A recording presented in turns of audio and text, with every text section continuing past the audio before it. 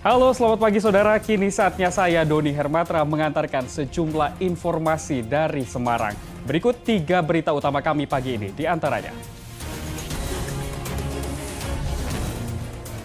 Kasus COVID-19 terus melonjak, 50 tenaga kesehatan di Kabupaten Kudus tumbang terpapar COVID-19.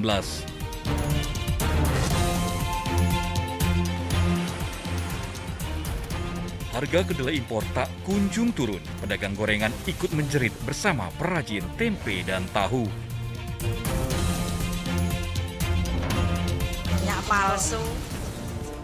Tergiur harga murah di tengah langkanya minyak goreng. Produsen kerupuk justru tertipu karena membeli minyak goreng palsu.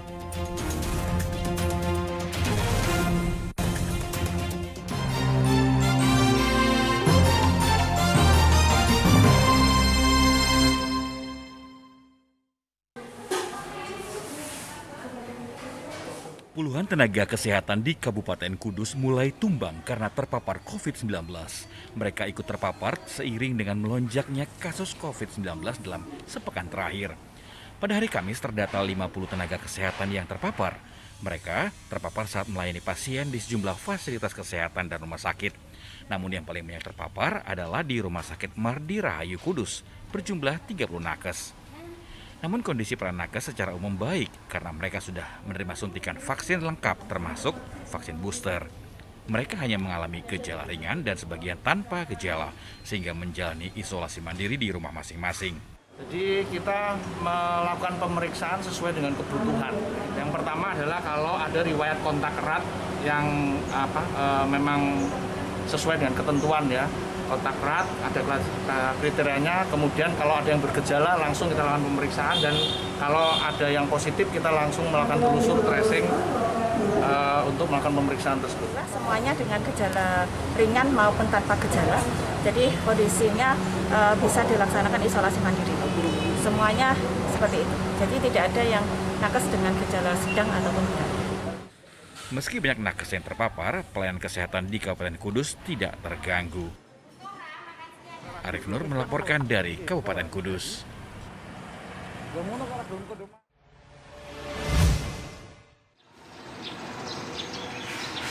Lonjakan kasus COVID-19 klaster pembelajaran tatap muka terus meningkat di Kabupaten Blora dan Demak. Sebagian sekolah terpaksa kembali memberlakukan pembelajaran secara daring untuk keselamatan para siswa dan guru. Di Kabupaten Blora, kasus COVID-19 di lingkungan sekolah kembali ditemukan di SMK Negeri 1 Kunduran. 4 siswa positif COVID-19. Mereka terkonfirmasi setelah menjalani tes antigen sebelum menjalani praktek kerja lapangan. Pihak sekolah memutuskan mengembalikan anak-anak untuk belajar secara daring mulai 15 hingga 20 Februari mendatang agar wabah tidak meluas ke anak-anak lain dan para guru. Sedangkan para guru tetap masuk ke lingkungan sekolah untuk memberikan pelajaran secara online. Saat ini, 4 siswa yang positif menjalani isolasi mandiri di rumah masing-masing. Siswa kan harus melaksanakan swab antigen. Nah, dari kegiatan swab antigen tersebut, ternyata dari 5 siswa itu dinyatakan reaktif atau positif COVID-19 itu sebanyak 4 siswa.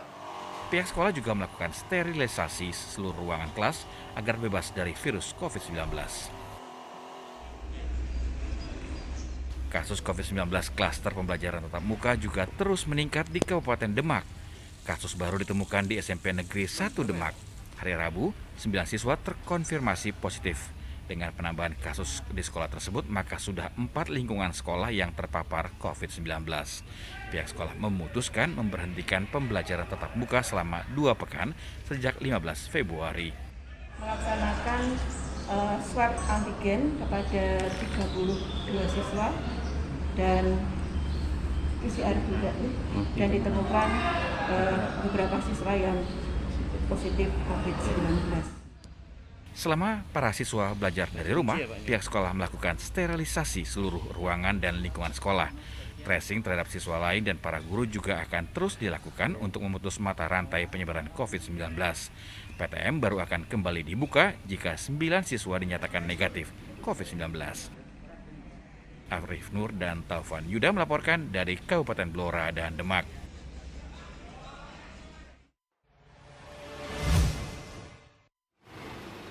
Berbagai cara dilakukan pemerintah daerah untuk mempercepat vaksinasi anak usia 6-11 tahun. Vaksin booster untuk dewasa dan masyarakat yang sama sekali belum tersentuh vaksin. Pemerintah bersama Kepolisian Resor Semarang mengerahkan 4 bus untuk menjemput para siswa dari sekolah ke tempat vaksinasi massal di Gedung Serbaguna, Kabupaten Semarang Rabu pagi. Petugas menyiapkan lebih dari 1.040 dosis vaksin. Vaksin dosis 2 untuk anak-anak tetap menggunakan Sinovac, sedangkan untuk booster dewasa dan lansia, serta vaksinasi untuk masyarakat yang belum pernah divaksin menggunakan vaksin AstraZeneca.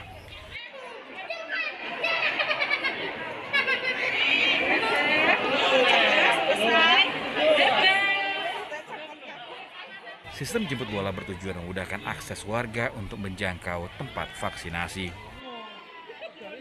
Apalagi saat ini kenaikan kasus aktif COVID-nya cukup tinggi di Kabupaten Semarang, ada 272 kasus aktif.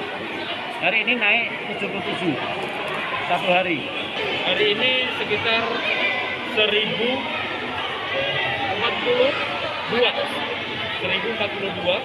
yang bisa kita vaksin untuk hari ini.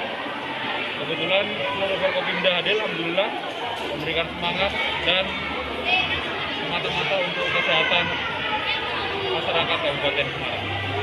Warga tetap diingatkan meski sudah divaksin tetap harus mematuhi protokol kesehatan agar badai gelombang ketiga COVID-19 segera berakhir. Yulianto melaporkan dari Kabupaten Semarang.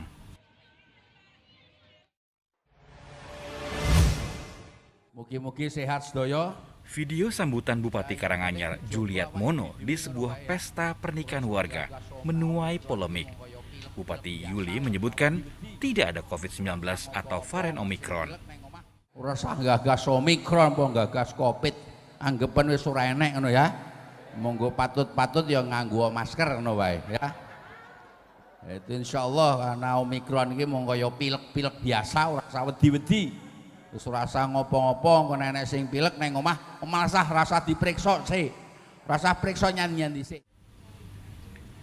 Bupati membenarkan video yang beredar di media sosial itu benar adanya, namun ucapan Yuliat Mono menuai kritik pedas. Kecaman bahkan datang dari kalangan internal partainya sendiri. Sekretaris DPD Golkar Jawa Tengah menanggapi, Bupati Karanganyar kurang cerdas. Namun politisi Golkar itu beralasan ucapannya itu sebagai cara untuk memberikan ketenangan psikologis dan menyemangati warga agar tidak takut dan cemas terhadap COVID-19.